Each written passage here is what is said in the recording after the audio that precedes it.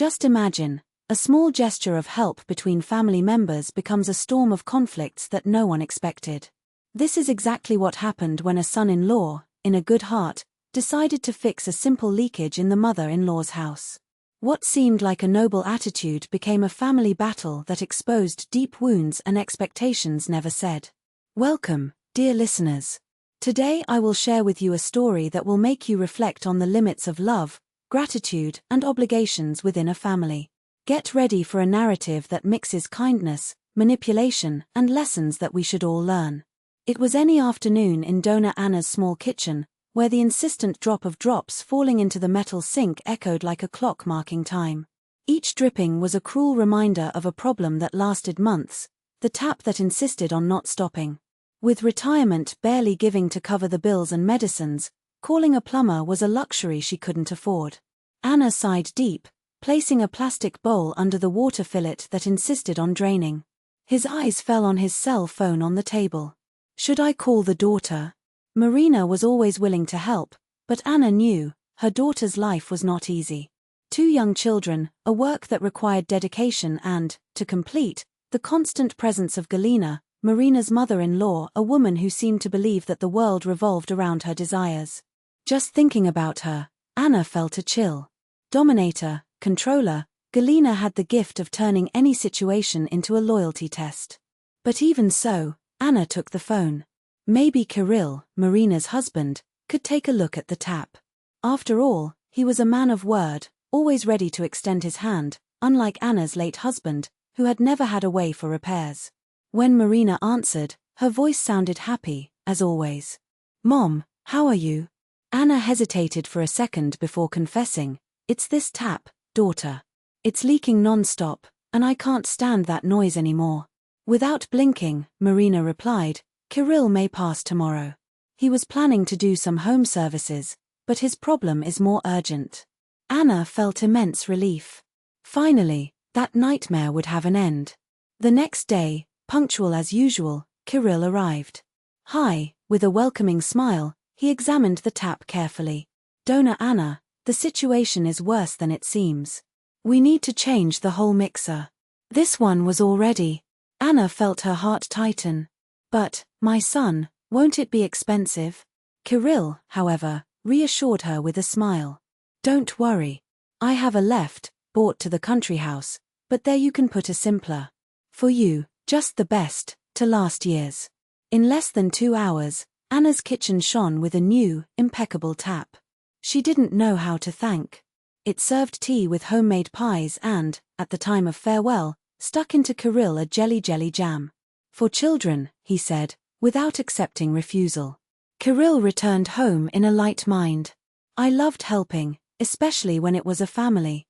And Dona Anna, unlike her own mother, never got into their lives, never charged, never created a case. But the quiet was short-lived. Just that night, when she was already preparing to sleep, the phone rang. On the other side, Galina's sharp voice, "Where have you been today?" Kirill, educated as always, replied, "Hi, mother. I was at the mother-in-law's house, fixing a tap to her." The silence that followed was tense, loaded.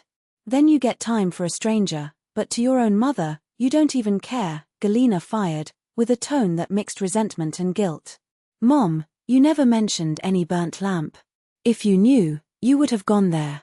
I shouldn't have to ask. A child should worry about his mother without reminders," she erupted, with a trembling voice of indignation. Kirill sighed, tired. "Tomorrow I spend there and change the lamp, okay?" "Don't bother," Galina replied cold. "I've asked the neighbor. At least someone cares about me." The call ended, but the malaise stayed. Kirill told the occurrence to Marina, who only shook her head. "Never mind. You know how she is. He just wants attention, make you feel guilty." But the worst was yet to come. The next morning, without warning, Galina appeared at the door of the couple's apartment. Kirill, hurried to go to work, was surprised. "Mom, how are you?" She entered without greeting Marina, who stopped at the kitchen door with a cup of coffee in her hand, watching the scene with suspicion. "I need to talk to my son." Alone, Galina cut, ignoring her daughter-in-law. Marina retreated to the room, but left the door ajar. Kirill, I wondered what you did yesterday, Galina started with a tone of censorship. Do you fix things to a woman who is not even from the family, and your own mother you forget? Is that fair? Mom, Dona Anna is not a stranger. She is my wife's mother, and I didn't forget about you. I just didn't know I needed help. And should I beg? A child should guess the mother's needs. Galin exploded. I created you, I educated you, and now you. Kirill looked at the clock. It was already late. Mom, let's talk about it at night. Now I need to go. Of course, always with no time for the mother. You only have time for this family you have arranged, Galina attacked, raising her voice. Your wife leaves you from me, and you don't even notice. Marina emerged from the room, already dressed for work. Galina, Kirill is really late. How about we discuss this later? You silent. The mother-in-law rage. It is you who manipulates you, who drives you away from me, having stole my son, and now you still want to give orders? Kirill placed himself between the two. Enough, mother. No one is manipulating anyone. If you need something, just ask. There is no competition here. Galina solved, dramatic. I got it. For you, I'm a burden. That's not it, Mom. Let's talk at night, I promise. Kirill was already dressed in the coat, hasty. Okay, Galina had given off, surprisingly easy. I spend here at night. And I'll bring something to show you. When Kirill came home after work, she barely had time to dinner before the doorbell played. It was Galina, this time with a thick paste in the hands. Between, mother, he invited suspiciously. She passed straight to the room, where Marina put the kids to sleep. Arthur, 7, and Sophia, 5, ran to hug their grandmother, but received only a dry nod. Go to bed, I need to talk to your parents, Galina ordered without smiling. As soon as the children retreated, she opened the folder with a theatrical gesture and spread papers on the table. What is this? Asked Marina, intrigued. Galina smiled, pleased. This, my face, is the budget for the renovation of my apartment. A complete Euro-reforming. Kirill took the leaves and started reading, his eyes widened with each line. Mom, are you serious? This is over $1.5 million. So what? Galina answered with a sweet smile.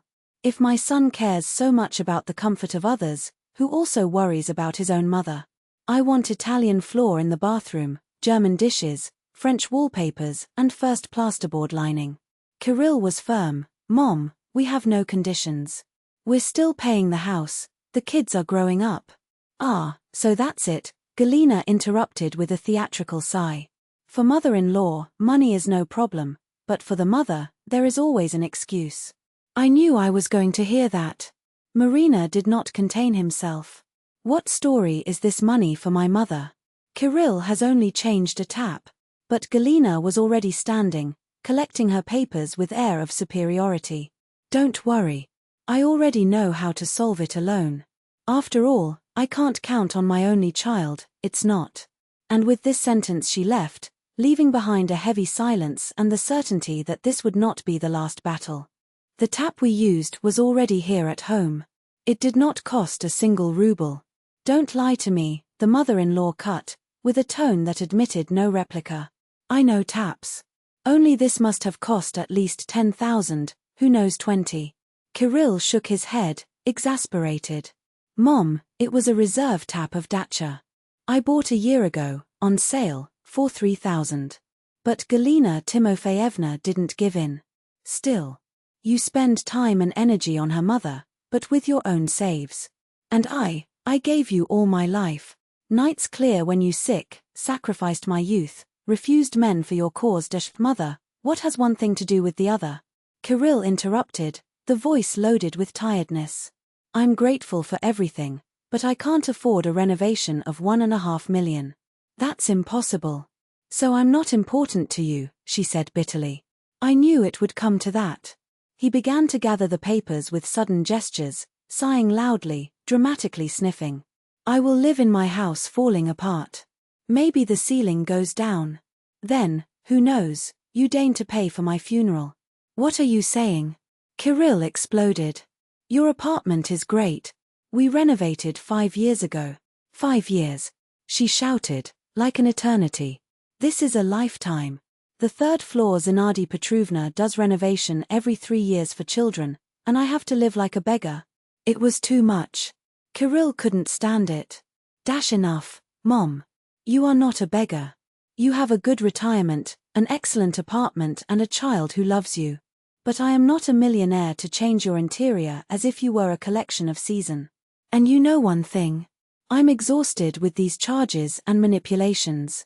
If you need help, I help. If you want a Euroramon, add money or get a sponsor. Galina Timofeyevna was paralyzed, her mouth ajar. He had never expected such a direct answer from his son. How dare you talk to your mother like this? Managed to articulate, finally. I dare because I am an adult man, said Kirill, firm.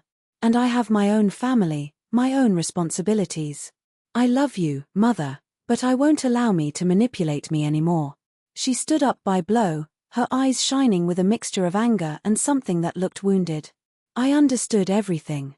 It's her. He pointed to Marina with an accusing gesture. He managed to tie you for good. Now only her mother matters. He went to the door, but stopped in the stop.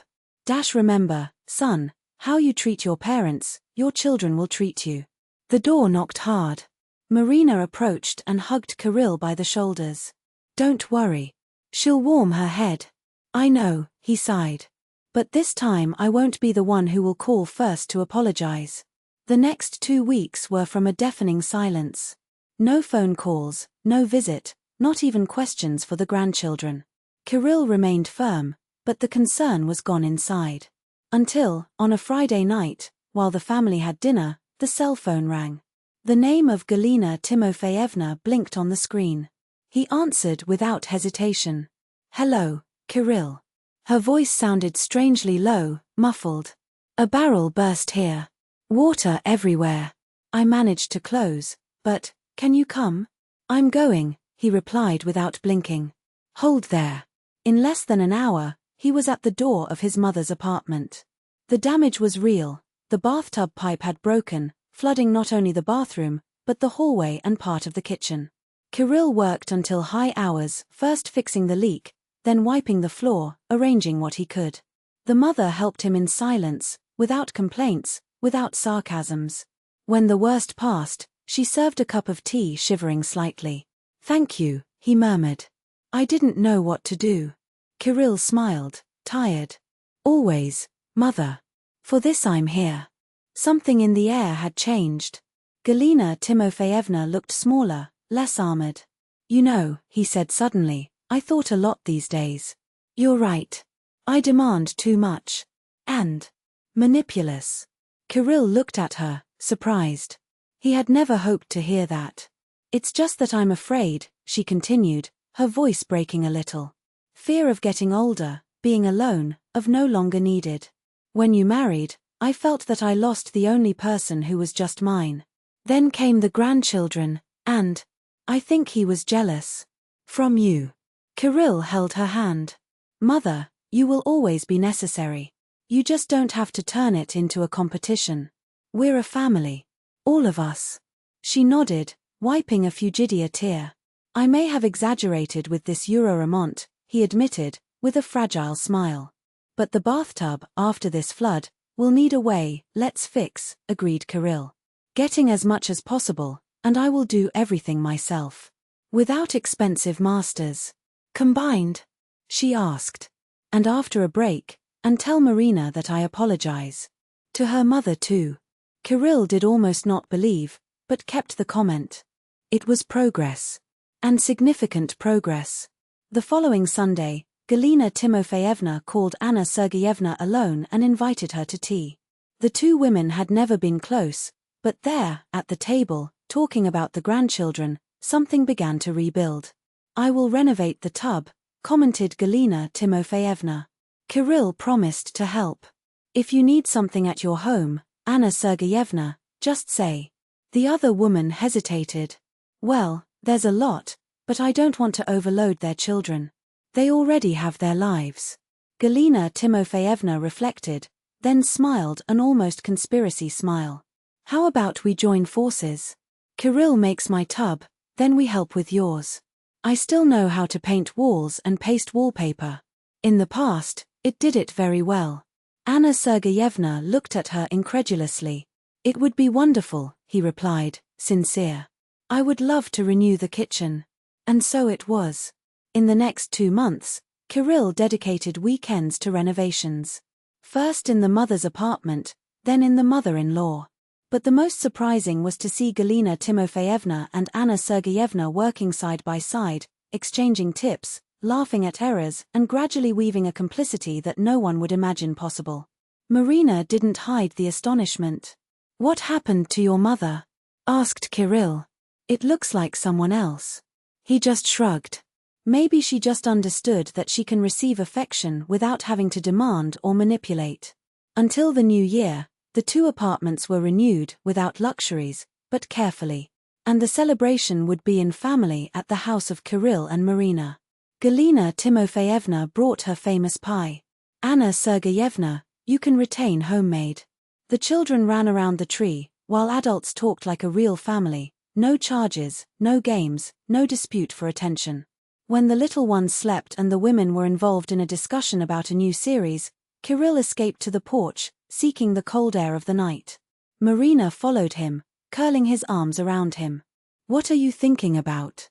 In how a single sentence can change everything, he replied, looking at the snowflakes that danced in the light of the posts. Remember when I told my mother that I wouldn't let her manipulate anymore? Marina nodded. I think that's what made her stop. Sometimes just put limits, she agreed, squeezing him stronger. Firm, but with love. Indoors, the laughter of the 2 mothers, now friends, not rivals, echoed between the walls. In the 5 years that followed, a lot has changed. Galina Timofeyevna and Anna Sergeyevna not only tolerated, they became real friends. Galina Timofeyevna and Anna Sergeyevna passed afternoons in the theater, divided the care of their grandchildren and embarked together on trips around the region, finding that the life after the 60 could be as vibrant as youth. Kirill joked that they were like Siamese twins united by the heart, but with personalities who complemented themselves as day and night. And then, when everyone thought their story had come to their climax, life reserved another chapter. Galina Timofeyevna met Pavel Andreevich, a former Militrovoice military man and firm hands, who made her laugh like no one else in years. The marriage was simple, but full of meaning. Anna Sergeyevna, now her best friend, was the godmother, and the tears that ran down her face were not missing the past, but of joy for the future that her friend will finally dare to hug. That apartment, once the scene of heavy silences, now breathed love, and not just the romantic love of Galina and Pavel, but the reconstructed love between mother and son, between neighbors who became a family. The euro revoked of the walls was nothing compared to the reform that had happened in souls. Whenever Kirill was visiting his mother and radiant Vaya next to Pavel, or laughing with Anna Sergeyevna in the kitchen, he felt a tightness in his chest. It was the memory of that winter in which, after years of swallowing words, he had finally said no, not manipulation, not resentment, not in the shadow of a divided childhood. And that no, hard and necessary, had been the most powerful yes of all. Yes to honesty, yes to forgiveness, yes to a family he chose to rewrite himself. Sometimes it is necessary to break the ice so that the spring flourishes. And in that house, she flourished forever.